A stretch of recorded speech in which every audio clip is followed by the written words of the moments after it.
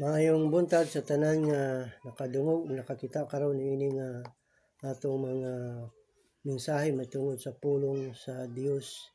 Mabasa diha sa Mateo kapitulo 4 bersikulo 4. Mato diha, apan mitubag siya og miingon, naisulat na, dili lamang sa tinapay mabuhi ang tao, kundi sa tanan nga mga pulong nga nagagula sa bakba sa Dios.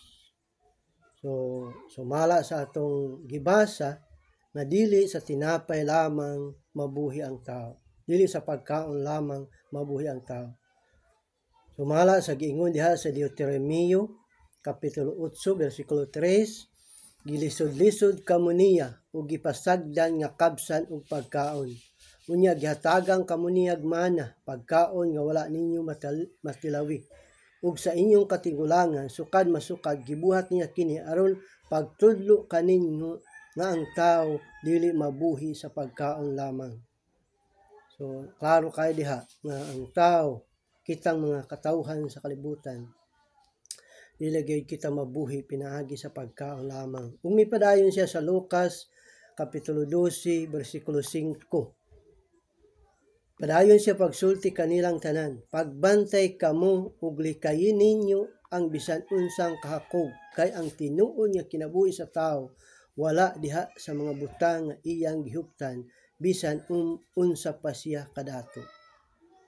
Ato pagiklaro gihapon diha sa Lucas nga ang tinuod nga kinabuhi dili makaplagan diha sa atong mga butang o bisan unsa pa kita kayaman o kadato sa kalibutan.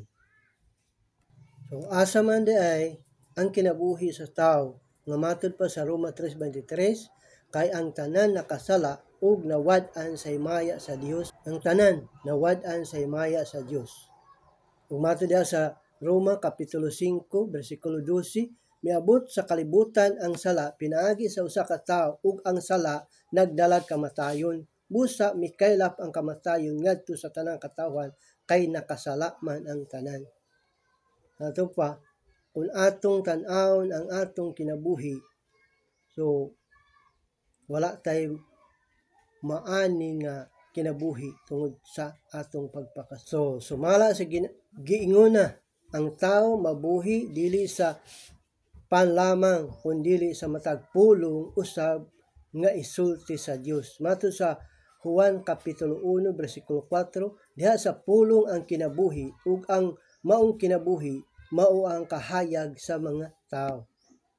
Diha sa pulong ang tinuod nga kinabuhi. Matud pa sa pulong sa Juan kapitulo 3 bersikulo 16, kay gihigugma pag-ayo sa Dios ang kalibutan ug tungod niini gihatag niya ang iyang bugtong nga anak aron ang tanan nga motuo kaniya dili malaglag kundi makabaton sa kinabuhi nga dayon.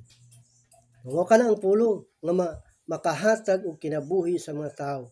Matud sa Roma kapitulo 5 bersikulo 8, apan gipakita sa Dios kanato ang gidakon sa iyang paghigugma kanato, kay sa makasasala pa kita nagpakamatay si Kristo alang kanato. Mao kana ang pulong, mao kana ang makahatag kanato tinuod nga kinabuhi. So klaro kaayo nga gipakita sa Dios kanato ang gidakon sa iyang paghigugma kanato. Kay matud sa Roma kapitulo 6 bersikulo 23, kay ang bayad sa sala mao ang kamatayon. Duha ka kamatayon ang bayad sa sala. Duha. Una nga kamatayon nga bayad sa sala, matud sa Roma kapitulo 5 bersikulo 12, miabot sa kalibutan ang sala pinaagi sa usa ka tawo ug ang sala nagdalag kamatayon. Manay number 1, una nga bayad sa sala. Bayad sa sala.